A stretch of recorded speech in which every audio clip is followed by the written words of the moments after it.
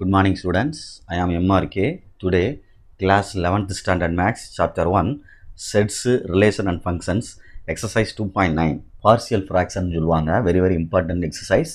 So, please careful understand பண்ணி பொறுமையாக படிச்சுக்கோ. Okay, எப்பயுமே இதில் வந்து கணக்கு செக் பண்ணையில் degree of denominator greater than degree of denominator greater than degree of numerator அப்படின்னு அர்த்தம். கீழே வந்து அதிகமான பவர் இருக்கணும், டிகிரி இருக்கணும் அப்படின்னா கணக்கு ஓகேன்னு அர்த்தம். இல்லைனா நம்ம அதை டிவைட் பண்ணி தனியாக கொண்டு வந்து செய்யணும். சரிங்களா? ரைட். அப்போ இந்த கணக்கு ஓகே, டிகிரி கரெக்டாக இருக்குது அப்படின்னு அர்த்தம். அப்போ நான் வந்து கணக்கை எடுத்துகிட்டு கீழே உள்ள ஃபேக்டரை பிரிக்கணும்.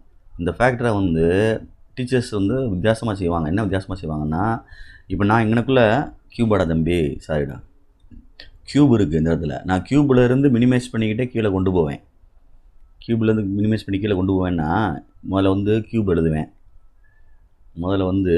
எழுதுவேன். அடுத்து ஸ்கொயர் எழுதுவேன். அடுத்து எம்டியாக எழுதுவேன். எம்டியானா 1 எழுதுவேன். டிகிரியை வந்து மினிமைஸ் பண்ணிகிட்டே போகிறேன். சில டீச்சர்ஸ் வந்து டிகிரியை வந்து இன்க்ரீஸ் பண்ணிக்கிட்டே போவாங்க. 1 2 3 அப்படின்ட்டு. உன்னுடைய விருப்பம் தான். நான் குறைச்சிக்கிட்டே போயிருக்கேன், அவ்வளோதான்.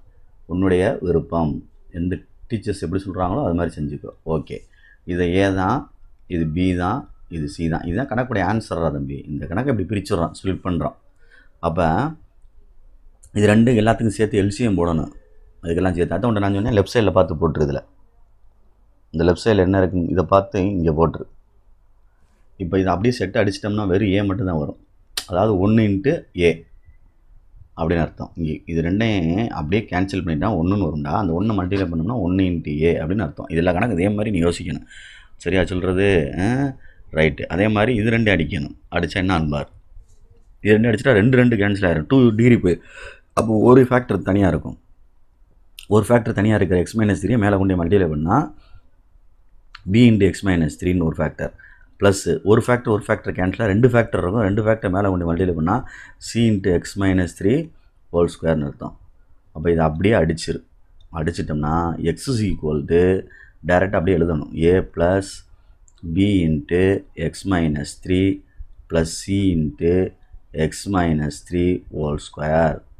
இதுதான் அந்த கணக்குடைய ஒரு ஸ்டேஜ்.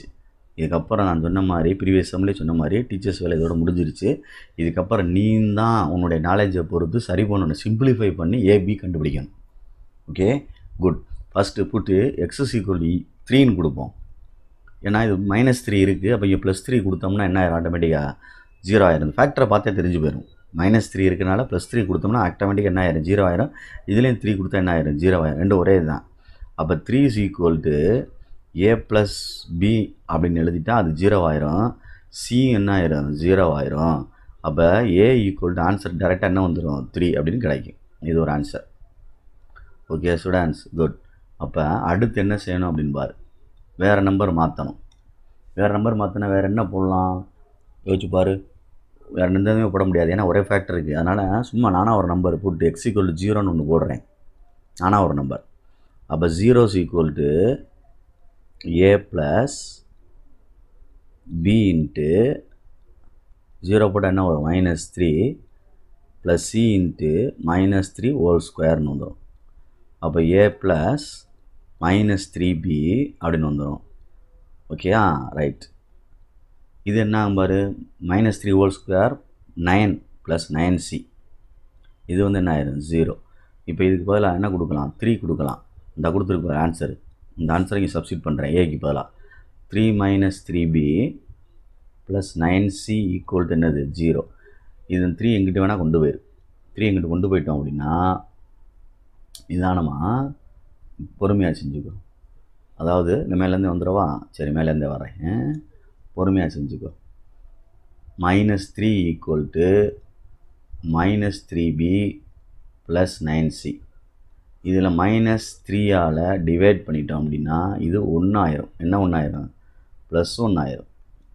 இது -3ஆல் பண்ணிட்டோம்னா +bன்னு ஆயிரும். இது -3cன்னு ஆயிரும்.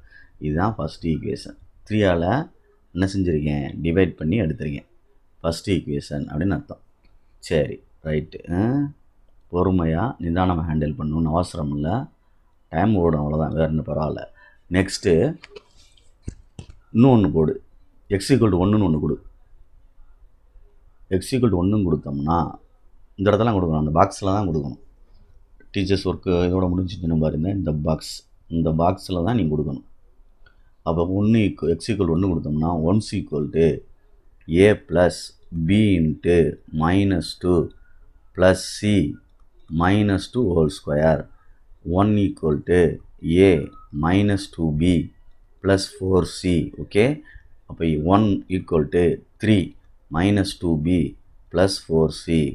இந்த சைடு கொண்டு வந்தோம்னா 1 - 3 equal to 3 -2b plus 4c.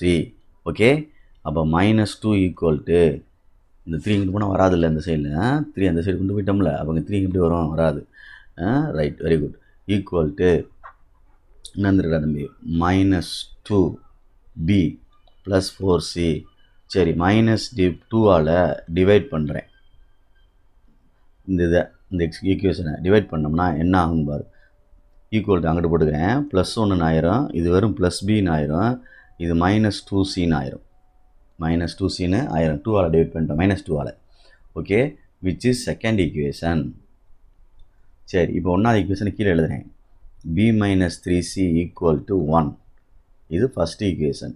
ரெண்டே அடிக்க முடியுமா, எலிமினேஷன் பண்ண முடியுமா பாரு. +b கேன்சல் ஆகாது, அதனால் சைனை சேஞ்ச் பண்ணுறேன். +bனா -b, இங்கே -3 அப்படின்னா +3ன்னு மாறிடும், +1 அப்படின்னா என்ன வந்துடும், -1ன்னு மாறிடும். இப்போ இது ரெண்டையும் கேன்சல் பண்ணிட்டோம்னா இது ரெண்டையும் கழிச்சோம்னா சின்னு வந்துடும், ஈக்குவல் டு 0 அப்படின்னு வந்துடும். அப்போ சிக்கு ஆன்சர் என்ன வந்துருச்சு, 0 வந்துருச்சு.